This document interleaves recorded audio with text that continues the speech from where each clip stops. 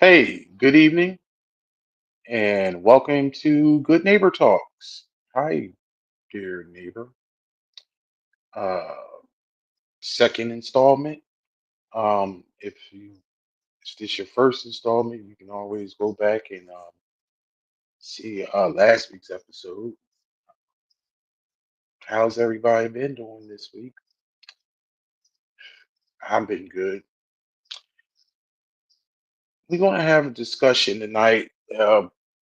First of all, if you're watching me on YouTube and you don't have the IME app, let's download that and get it. Because it has a lot of great information. And this week, this month, we started our new blog. And this week's was was really really good by our this week's was our vice president, Angel Brown. Uh, it was uh, about socializing, and it was very informative. And as always, it comes up on Monday. And also on Mondays, we have our little motivational little mantra for the week to get you started off well. And look for that blog this week because I'll actually be writing a blog for this upcoming Monday, and it should be interesting. It will be more or less on a politics slant towards the within the LGBT community. Tonight, like every night, we always, because this is an ally show, we are going to lean towards what allies are doing or what we should be doing. And I've had a couple different things that have come up this week that I wanted to address. And if somebody's watching this that is a potential ally, or somebody that's in the community, you probably these this is very important. For one, this is an educational show. We're an educational nonprofit, so basically, my drive and my job, my destiny is to actually educate the not so well informed people, um, so you can get a better understanding of the community and what it is to be an ally and to actually stand up and stand beside the community when you may think it's not that important. It was not a big deal that you may not actually see. And I've actually learned a lot of this in the last 5 years. What I would take for granted um, is actually crucial for the LGBT community. So, one of the things that I want to talk about is being a black man and being an ally. I get so frustrated when people that are fr- first of all, I'm a 51 years old, so uh, my demographic is I'm the same age as hip hop. I'm from the inner city, so that's my demographic, and that's I grew up with a lot of stereotypical people that are from that demographic. And one of the things that kind of like really one embarrasses me and two disgusts me, and I don't like to be I've never liked it even before I was part of this organization is the terms that, and I think it's from my people, like terms like no homo or pause. It's just things like that to where as though, and if for people that are unfamiliar with these terms, is used. they're usually used by ultra masculine men or who deem themselves ultra masculine, and they may say something innuendo or something that may be deemed they deemed as being quote unquote gay, or it was like saying something to for example, yo Derek, we was playing ball, and then he start pounding me down low, and they'll say pause or no, but, but you're talking about basketball. But any of these little innuendos that they would, and they just laugh about it or something like that. It's just like, what is the fixation with when you say something that can be used as an innuendo for homosexuality? You have to actually stop what you're saying and doing and clarify that, yo, hey, but I'm not gay. That's not what I meant. It's it and I'm laughing only because it just disgusts me so much that it's really like sophomorish and just childish when like grown men, and they're literally grown men are saying this. I remember the first time I actually hearing it when, and it was in like the 2010s, when a basketball player was on an interview, and he said something, and then he said, "No homo." It was Roy Hibbert. It was for the Indiana Pacers. Yeah, I'm gonna call him out by name. That's the first time that I heard that, and I don't know what it was referring to now, but it's just these are things that we as black men need to get over, and I I don't know why it's such hatred and in my community for gay people. Most Some people may say it's because of religion, because I mean, like for instance, I get a little pushback, and like maybe a lot of allies may get a little pushback from their family members that don't get it, and they often ask you to explain like why you are part of this organization or why you are out. And I don't really think I need to actually quantify my beliefs to people, but I try to do so in order of education. And I think I have a similar dynamic to a lot of people that's my age, and a lot of people that are, Black, African American, or whatever you want to call it. Um, um, I have sectors of my family that are Christian, and then I have another sector of my family that are Muslim. Now you and in many ways, both of their religions not a little bit different, but they both have a problem with homosexuality. And they don't get me wrong, my family have not outwardly or like condemned me because I am an ally, but they don't like having a conversation when I talk about the work that I do, or they seem uncomfortable with having a conversation. Some of them, or they just say, "Well, that's nice." Um, in some aspects, whereas though when person that I'm in a relationship with, her people asked when we first started dating, found out that I was part of the organization. ask him if I was bisexual or something like that. These are all things that we as people have to get over and get past.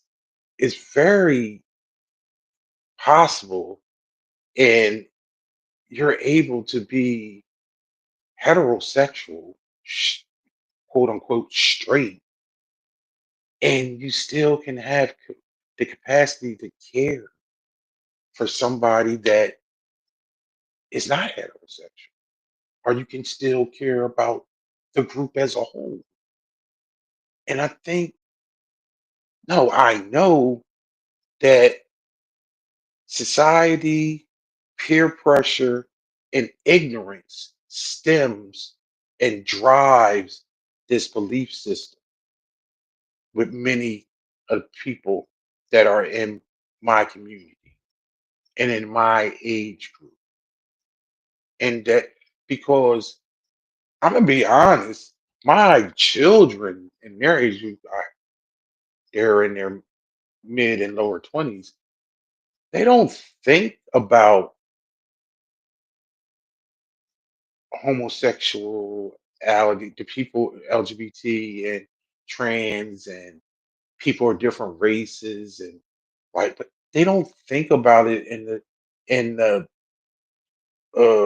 hatred way that we've been taught, or the shun way of we've been taught. It's so, and I actually love that about them because they have taught me so many different things about how to just be what. That's just dumb to even care about. What does that matter? You- Who cares? And that just tells me that this is a taught thing. This is a thing whereas though you are being trained without actually knowing to dislike something when you don't actually have the capacity to know truly in making your own decisions. I was watching a video the other day about it was this civil rights.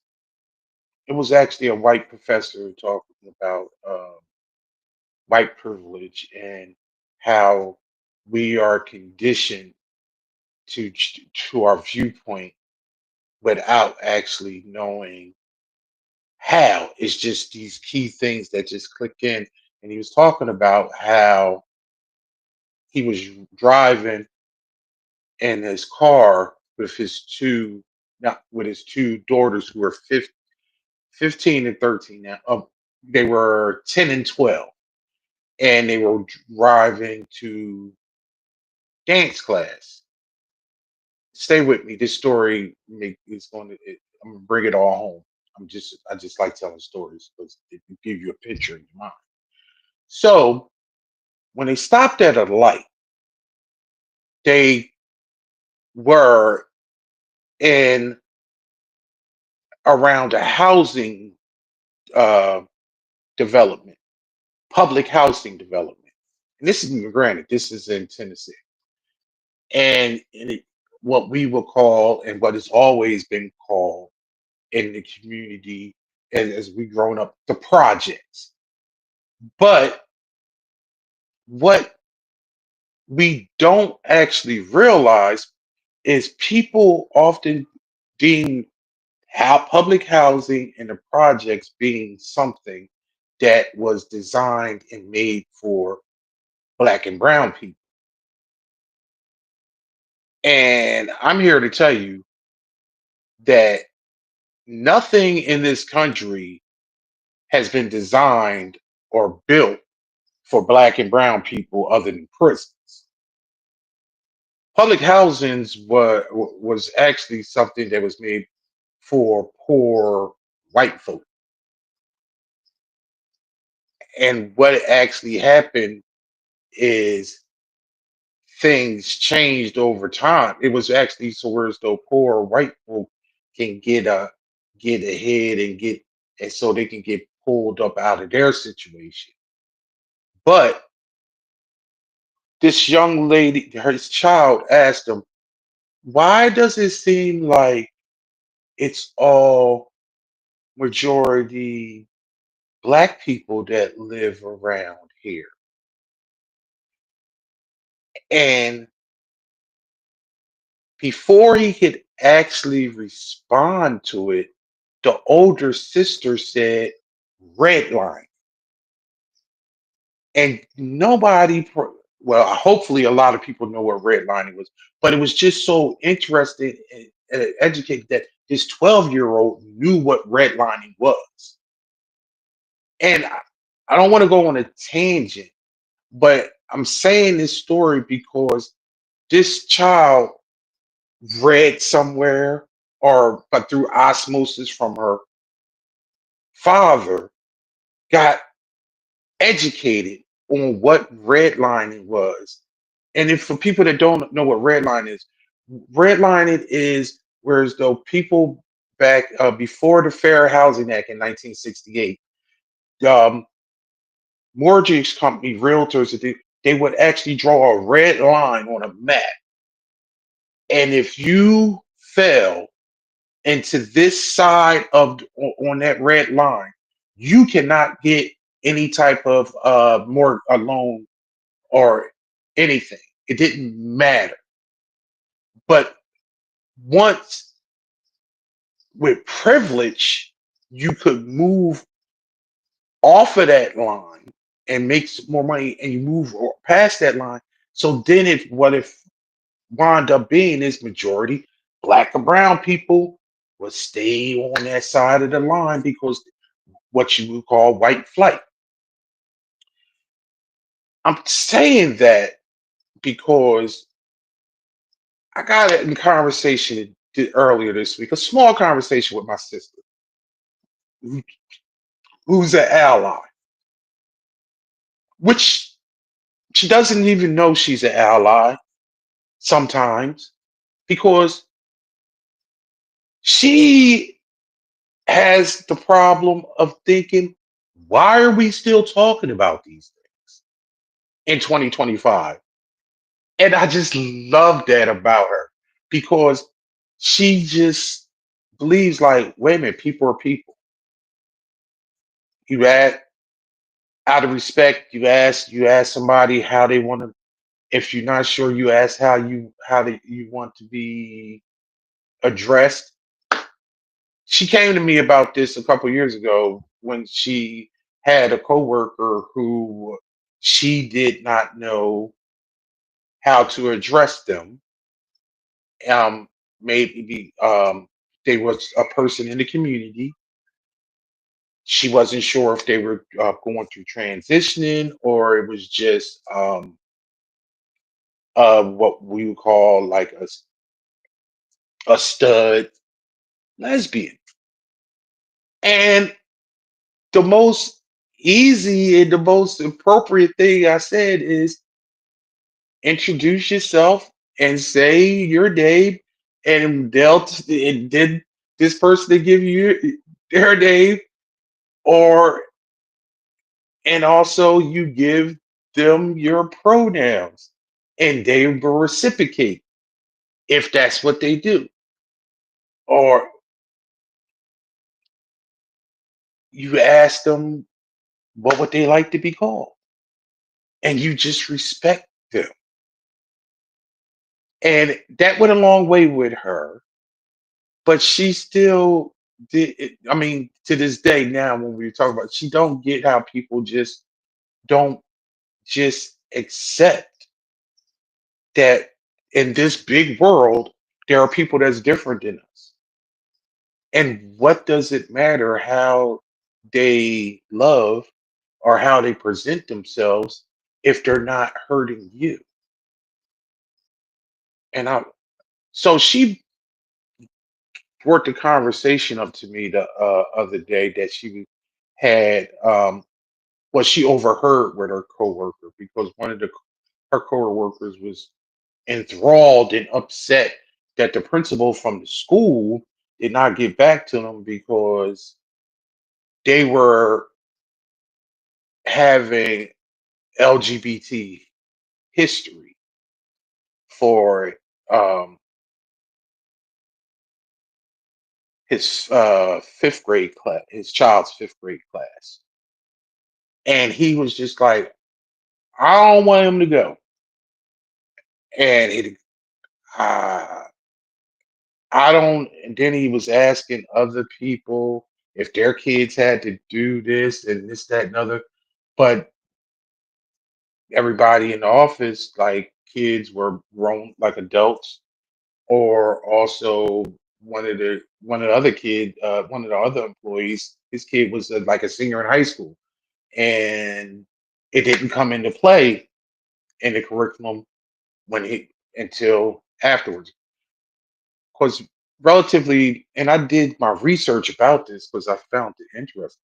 Around 2019 is when a lot of states start implementing LGBT curriculum in their state curriculum, and also, so right now,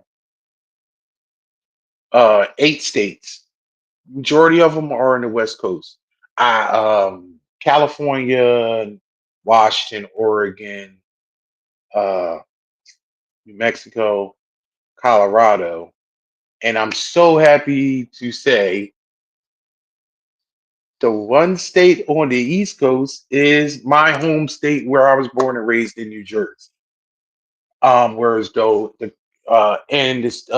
District of Columbia, they actually Delaware, you need work to do. We need to do some work to do. Uh, those are the states in the District of Columbia that have LGBT educational programs.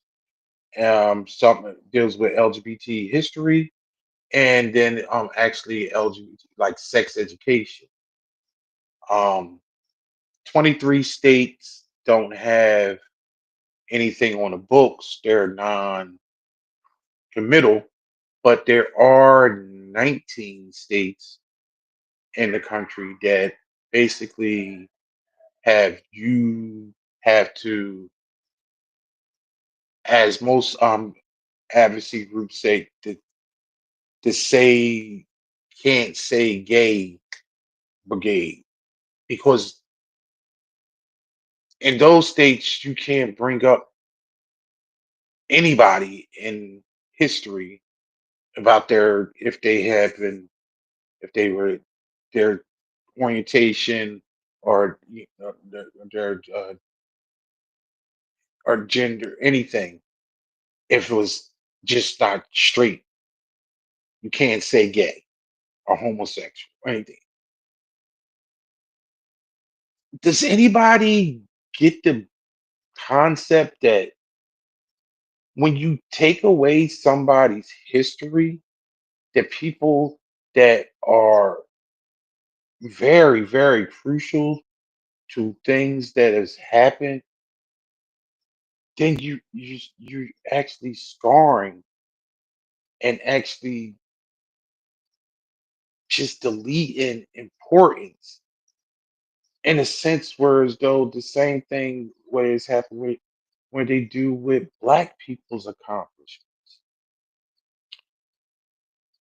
I just don't get, and I just hope that when people watch this and we talk about being allies and being a part of propping up equality for the LGBT community, education is the key part,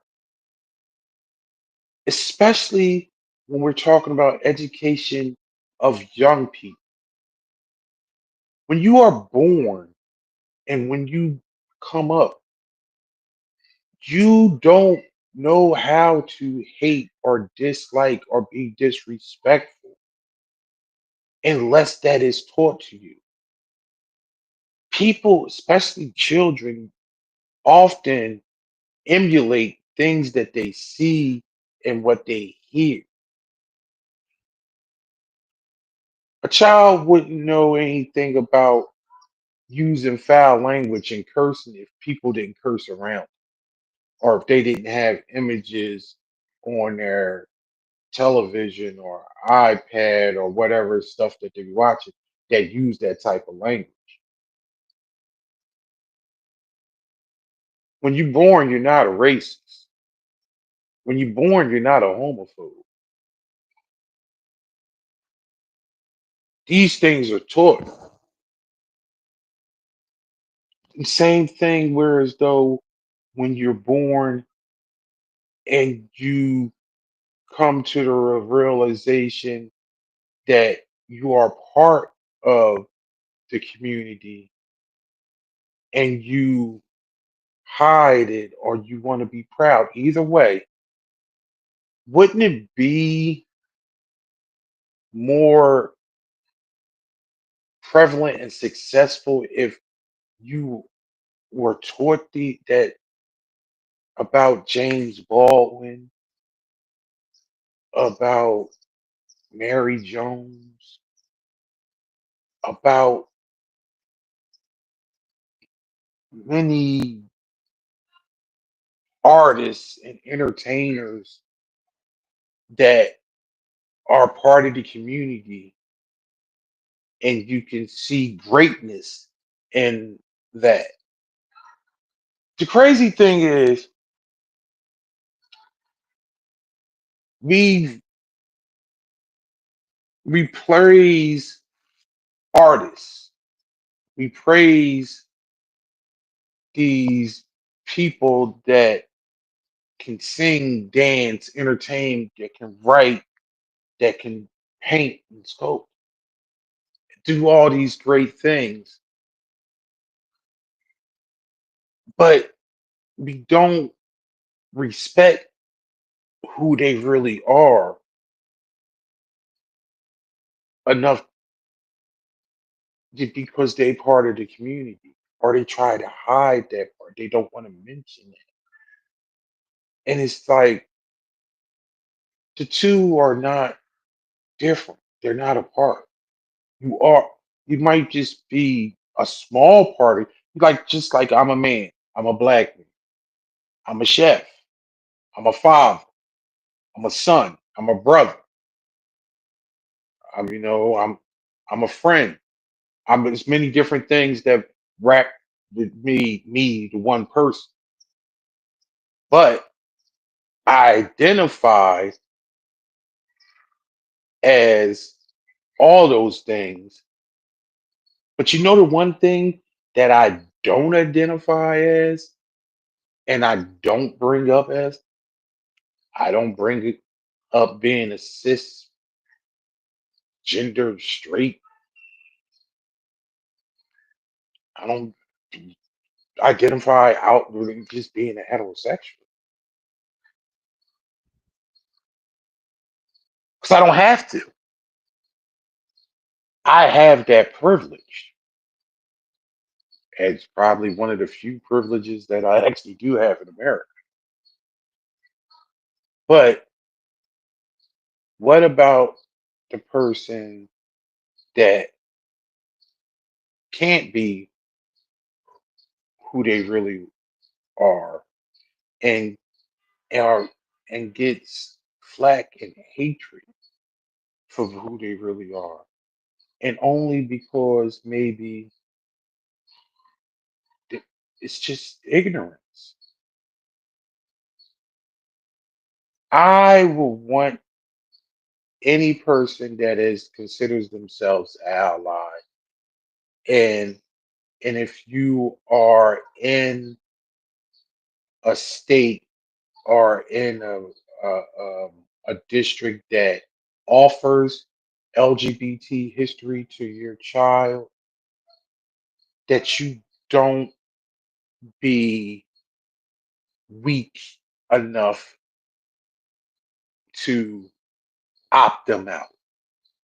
I I really have a problem with the even. It's crazy that you had to give these people the option to be. I didn't have the option of not hearing about Napoleon. I ain't have an option about not hearing about daggone Betsy Ross or George Washington cutting down the cherry tree or apple tree. I don't know. It was all a lie anyway.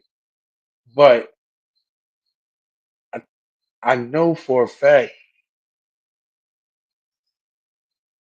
having this curriculum, it's not going to be it's not going to be what the ignorant people think it is, and actually teaching people how to be gay or persuading people to you, you don't persuade people to be who they are. I'm from I'm from that belief system that people are born a certain way and they may hide it and try to just get along for the getting along, but you are who you are. You know, there's no actually praying the gay away. You false kicking it if that's the case. Just to, because my whole philosophy is who in the world wants to be ostracized? When people say you you chose a lifestyle, no, you are being your true self. You were playing a role before and hiding who you were, or maybe you hadn't come to the conclusion. It was the evolution. You was trying to figure out why things weren't in place. I can't say because most of the time, as human beings, we are evolving and we're trying to we learning every day and trying to figure out who we are and are trying to be a better person. And that's not even on the whole level about your sexuality and orientation. So I can imagine that's is takes a toll. But I just over these years of being an event and then listening to people that are on the other side when they basically telling you, oh, they chose to be this way, or I had, I had an ex, and this is part of the reason why I my ex that she blamed her daughter coming out and saying that she was gay because she was around other girls that were gay and they persuaded her to think that she was that way or something to that extent. And she basically just cried and just broke down over her daughter having the courage, you hear it, having the courage of coming to her and actually talking to her and coming out to her mother instead of hiding it or instead of you know take taking her own life or hurting herself because of this. She felt shame. And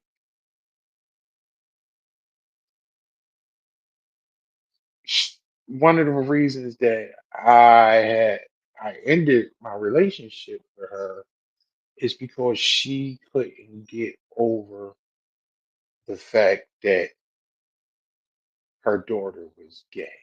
She thought, especially she was 18, 19. It was a phase she was going through. She don't know what she's talking about. I didn't raise her to be this way. Oh, we just got to go to church and this, that, other. And it didn't sit well with me.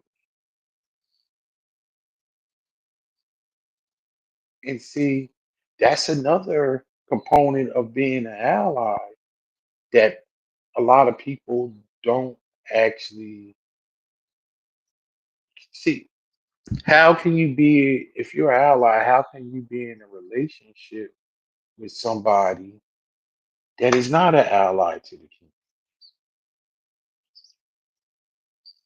See, those are things that you have to deal with sometimes. And I know you say, when you can agree to disagree, you can have different like political stances, and you still, but certain things like that is just it was it was a deal breaker for me. Um, and this is prior to me even being a part of this organization. I just didn't respect her in the sense of how she was uh, looked at her daughter in a different way because of her orientation. Now she would say she still loved her, and she did, and she it came along and accepted her dating another female for what, but she still kept on pushing like it was a phase. And just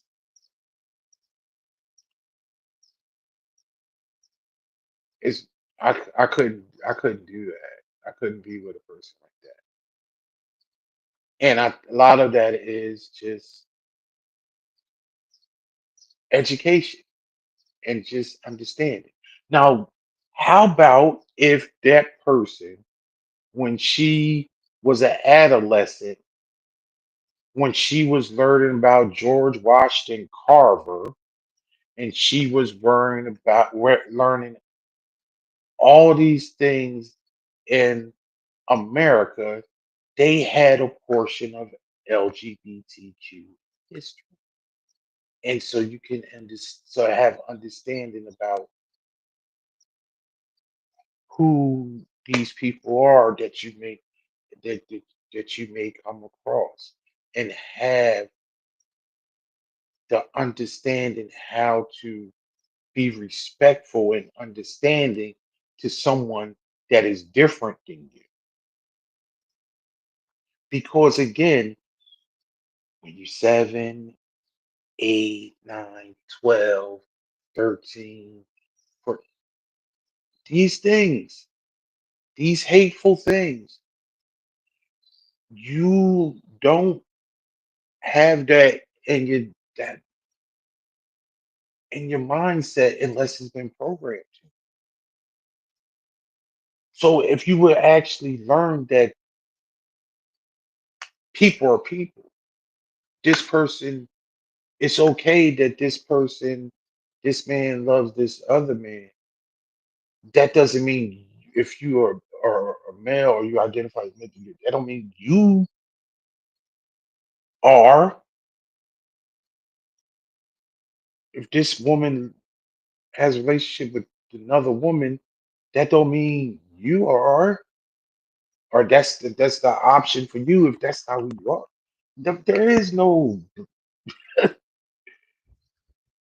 and if you think that, that's the ignorance, because you choose to think like you want to catch it like a cold, like it's a virus.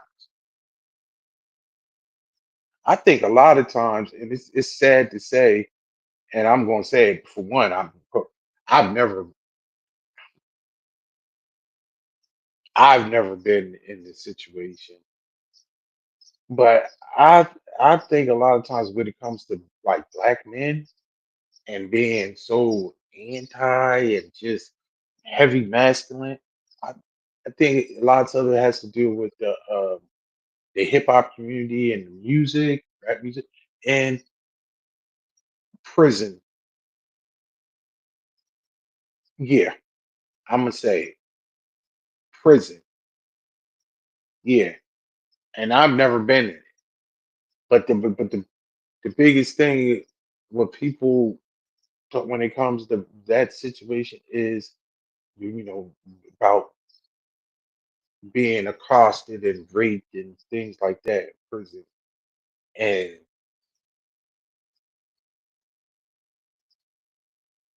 I think a lot of it has to do with they just don't want to be grouped in with that person. Because it's so funny that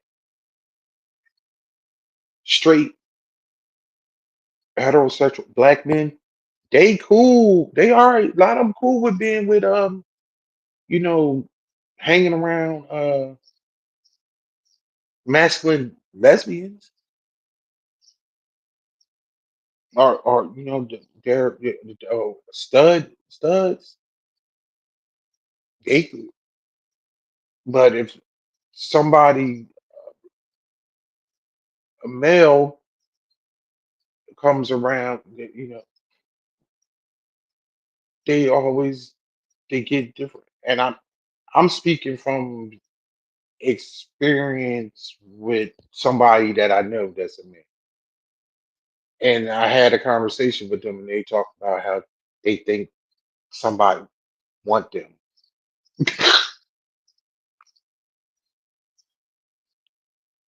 Don't nobody want people. You know, it's just the fear and the ignorance. And we only can eradicate these things one by one with having these difficult conversations. Not even difficult. They're not difficult conversations. They're difficult when because they can be frustrating because the hypocrisy and the ignorance makes it so where as though you get so upset. Case back to what my sister with her coworker, she had a 30-minute conversation with this man several weeks ago about this subject, and he could not articulate why it was so bad for his child to know that gay people existed. All he said is, ah, ah, he too young, 10, 11 years old. I'm pretty sure the way this society is in 2025, I'm pretty sure he got an iPad or the internet or whatever, this, that, and other. So he knows something. We can't put our head in the ground and just think things are going to go away, things are going to get better. It's almost like, there are no gay people, there are no poor people, there is no racism, there is no, there's nobody that's homeless or unhoused. You walk around on the streets and you see some people that's sleeping on a park bench or in a bus depot or laying or sleeping on the ground. You don't see them. You look through them. So because this doesn't exist, it's still there, even if you don't talk about it and you don't have the understanding.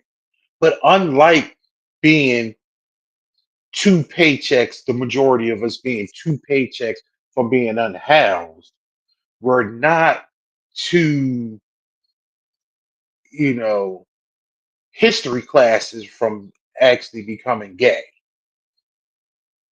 That's not, you know, two lectures of just talking about the gay experience or talking about being part of the community or even just giving shouts out to those who came before us that have made great strides in in history towards for the community, but also for society as themselves.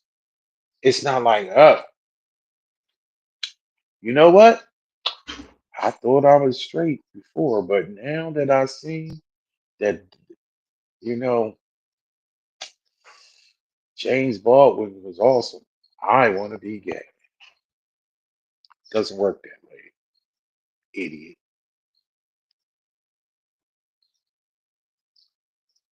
So the moral and to top this all off is when it comes to education and being enlightened and having these conversations, if you if you have the opportunity, speak the truth.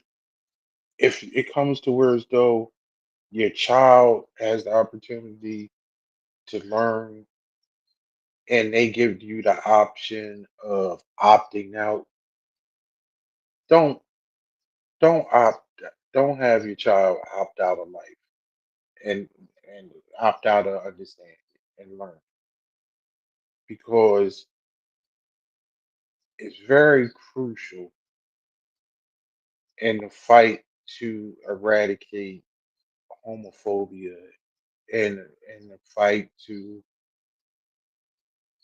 make it in a sense where as though we can all be humane to listen and learn and figure out how we can just be a good neighbor. And with that, I thank you and we'll see you